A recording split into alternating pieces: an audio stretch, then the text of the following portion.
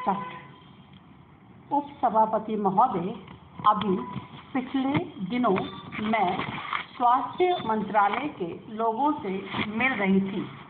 हम यह नहीं कह सकते कि स्वास्थ्य का महत्व किसी भी प्रकार से कम है, क्योंकि अगर स्वास्थ्य ठीक ना हो तो शिक्षा भी ठीक से नहीं मिल सकती। बीमार बच्चों या आबादी को शिक्षा से कोई लाभ नहीं मिल सकता। तो आप देखें कि अनेक समस्याएं हैं जो एक दूसरे से जुड़ी हुई हैं और प्रत्येक का हमारे वर्तमान और भविष्य के लिए बहुत ज़्यादा महत्व है। लेकिन हम इन सब प्राथमिकताओं को संतुलित ढंग से लेने की कोशिश करते रहते हैं। आपसे हमारा यह अनुरोध है कि आप इस अवधि की कठिनाइयाँ दूर करने के लिए हमें सहयोग दें और हमारी कठिनाइयों को समझें। यह बहुत लंबी अवधि नहीं है, लेकिन जब तक भी यह रहेगी, हम सबके लिए कठिनाइयाँ पैदा करेगी।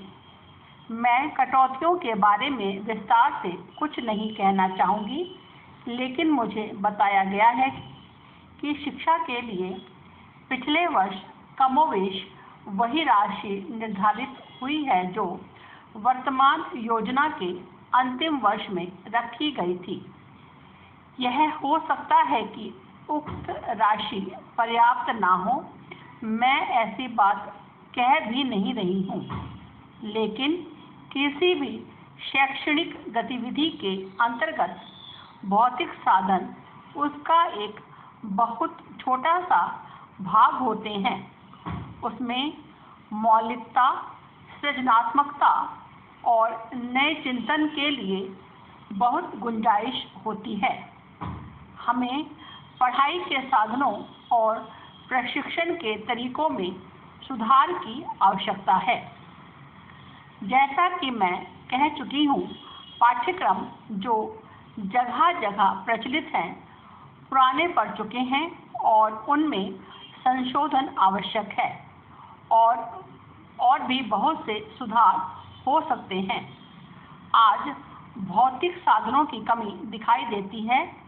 उनके द्वारा हमें शिक्षा में गुणात्मक सुधार की यथार्थ आवश्यकताओं के प्रति और अधिक सजग हो जाना चाहिए। हमने अभी जिन कुछ विचारों को सुना है और जिन्हें आपके प्रस्तावों में स्थान मिला है, वे बहुत अच्छे हैं और उनका मैं पूरी तरह से समर्थन करना चाहूँगी। उदाहरण के लिए, औपचारिक शिक्षा के बीच सह अस्तित्व का विचार है, जिससे शिक्षा प्राप्ति के लिए विभिन्न द्वार खुल जाते हैं। और निसंदेह यह कथन शायद बहुत बार दोहराया जा चुका है कि शिक्षा जीवन पर्यंत चलने वाला एक सिलसिला है तथा जो भी शिक्षा हमें प्रारंभिक, माध्यमिक या उच्चतर कक्षाओं में मिलती है, वह वास्तव में उस शिक्षा को प्राप्त करने के लिए तैयारी रूप में है जो हम शिक्षण संस्थाओं को छोड़ने के बाद पाते हैं, जिसे पाने के लिए हम अपने आप को सक्षम बनाते हैं। अगर हमारे पास किसी चीज़ की कमी हो तो उसकी पूर्ति के दो तरीके होते हैं।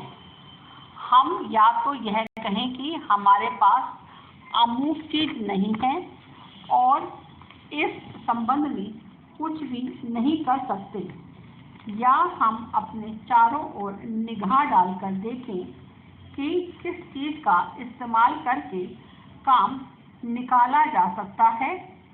और जैसा कि मैंने कहा, अपने स्तर पर हमको अवश्य देखना चाहिए।